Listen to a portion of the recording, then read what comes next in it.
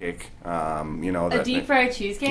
Yep. So that we wrap in, wrap in deep fry and then serve with caramel and chocolate sauces as well. So we've got, a little bit of something for everything. Pear pie is probably our most popular dessert. We take our pizza crust, top it with sautéed spiced pears, and bake it in our wood-fired oven, and then top it with cinnamon ice cream and caramel sauce. Oh my god! So that's probably our most popular dessert. So like, are your desserts for like one person or like five? Most of them are one-person desserts. Cool. The pear pie is probably a two-person dessert because it's pretty big. Full size of a pizza. It's yeah, it is. I mean, it's a little bit smaller than our regular pizza size, but it's the bread's the crust is a little thicker too. So that's a big hearty dessert. So that's probably the one that you use as your entree then. I've used that one as my entree too. I've used them all as my entree at one point or another. Yeah. So I have to ask you, toasted frogs. Mm-hmm. Toasted frog. Do you guys have frog legs? We do. We have frog legs on the menu. We serve them as an appetizer.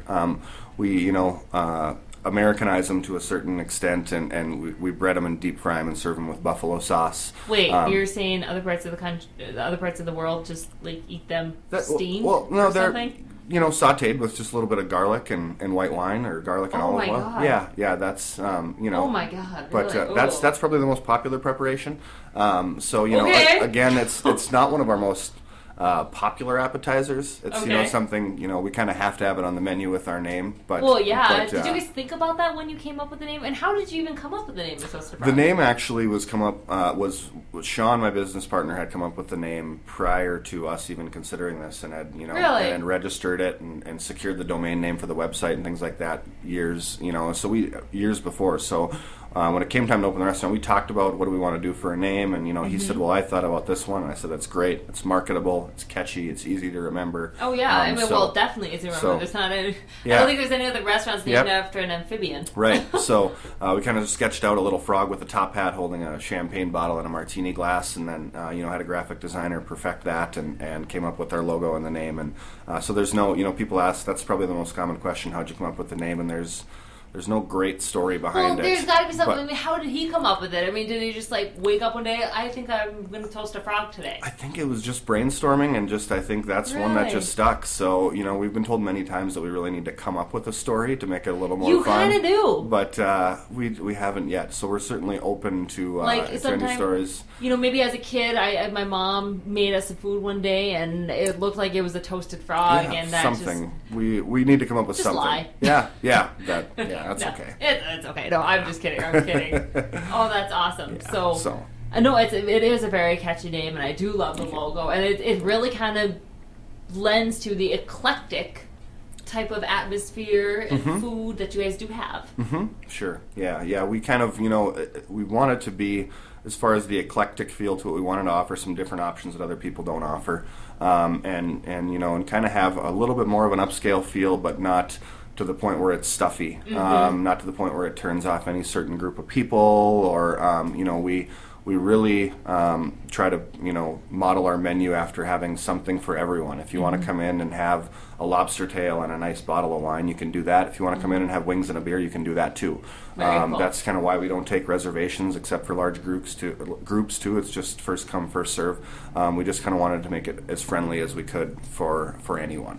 And so you guys do have reservations then for large groups. So if somebody wants to have a little birthday thing, we take reservations for groups of 8 people or more. Cool. So if you do, and that's just because we have limited space that we can fit a group that size. So it's easier for us if we know when those groups are coming in, and it's just easier for us to seat those groups. So if you've got large groups, we do have a private dining room, which is a meeting room off to the side too, that can be used for birthday parties or conferences or any sort of private dinners as well. That seats up to 18 people and doesn't cost anything either. You just have to be first to reserve it. So that's another option as well. So now, how was it? Because you have the chef in Grand Forks, and was he the one to help come up with the menu then? He was, yeah. Executive Chef Scott Franz in Grand Forks has been with us from day one. Wow, and that's nice. I worked with Scott at a previous job, so I knew him and took him with me when we opened up the Frog. And he's really been a creative force behind the success of the restaurant.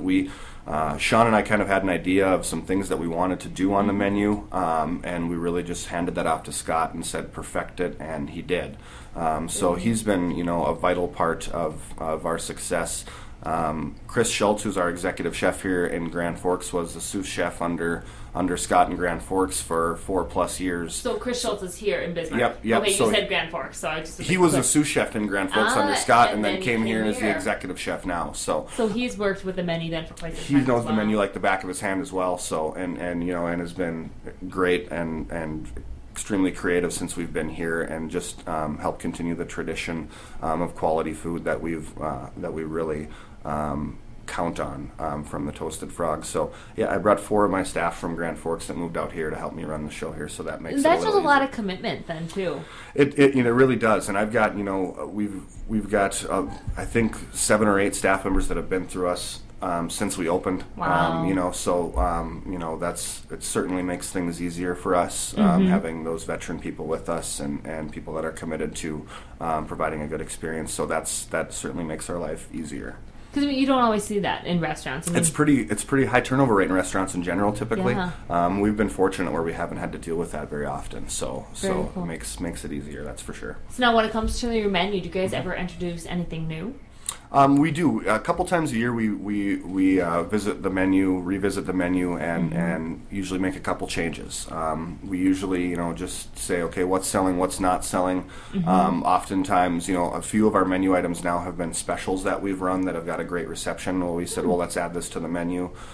So we try to, change things up a couple times a year as far as the actual menu items themselves, and then try to keep things fresh as much as we can, with the nightly specials as well. So, the specials really depend upon seasonality and availability of ingredients. Yeah, that's true. And, just what we can get here in Bismarck. And but, the menu, the most important tool that we can have in the restaurant business is customer feedback. So we try to listen to that as much as we can.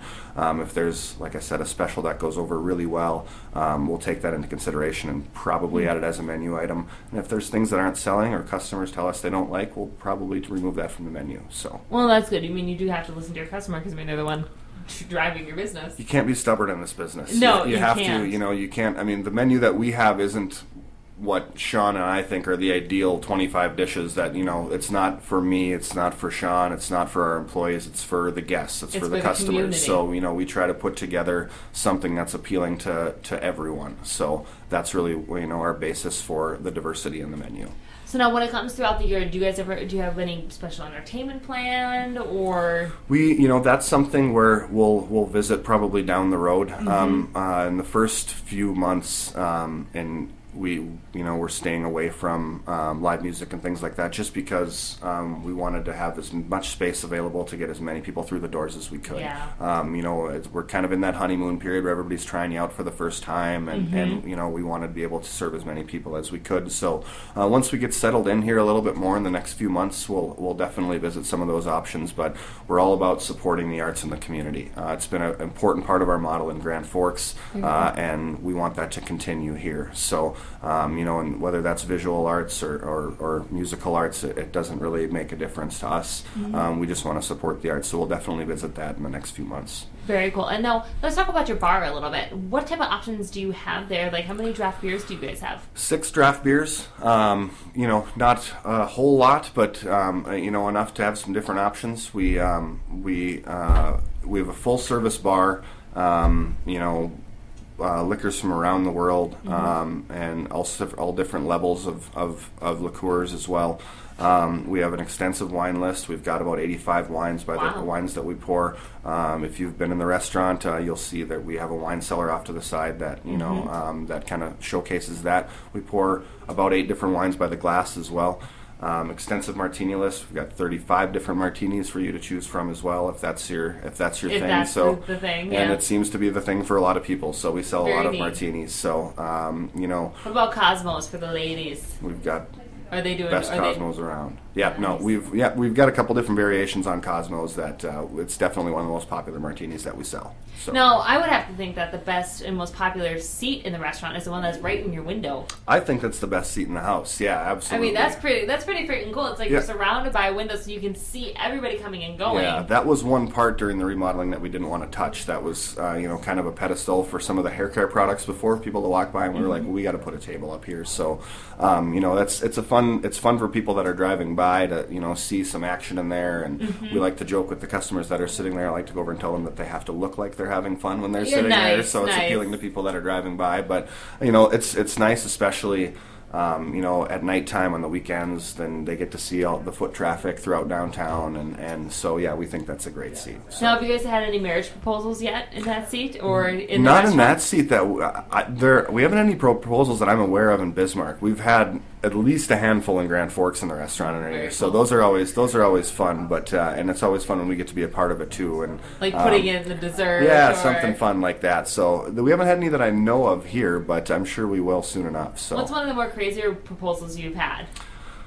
Well, happened in your restaurant. We did have one gentleman that needed the ring put sticking out of the chocolate cake, which was interesting because when he did take it out of the chocolate cake, it was covered in chocolate, and so wasn't able to put it right on her finger. We had to go take it and wash it and things like that. Funny. So I don't know if that was necessarily as well thought out, but probably not. Probably what he envisioned, but it kind of didn't execute it the way he thought it would. It added some laughs to the situation, so it was fun. So very cool. Yeah. Well, real quick, what are your future plans with Toasted Frog? Are you thinking Fargo, Mina? Where? I mean, are you guys thinking any other facilities? We won't even consider other communities until we're on solid footing here. It's we didn't even think about opening a second location until Grand Forks was really running as we wanted it to, and and we feel the same way here.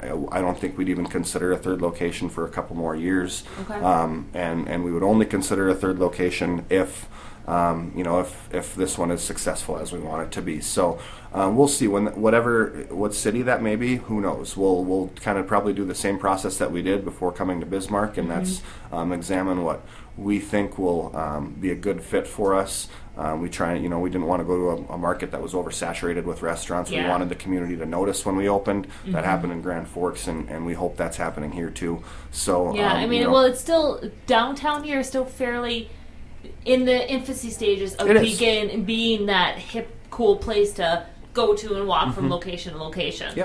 Yep. But it's on its way. We really we feel that just in talking with other businesses downtown, we feel that they're noticing a difference too, and there has been a difference. And so we're hoping that just grows, and then the possibility for expansion we'll visit when that time comes. But right now we're just concentrating on providing the best experience for our guests here in Bismarck. So, well, welcome to the community. Thank you. We're happy to be here. Thank you for coming. And Absolutely. Thank you for coming on the show today and being a part of City Chat with City Magazine. We're in our first month of turning the radio show into a TV show. That's great. I'm happy to have the opportunity, so thanks for having me. Very cool. And everybody, thank you again for tuning in to this edition of City Chat with City Magazine. Make sure you head to the website, thecitymag.com, where you can read this current issue. You can also read extra content online that is not published in the magazine.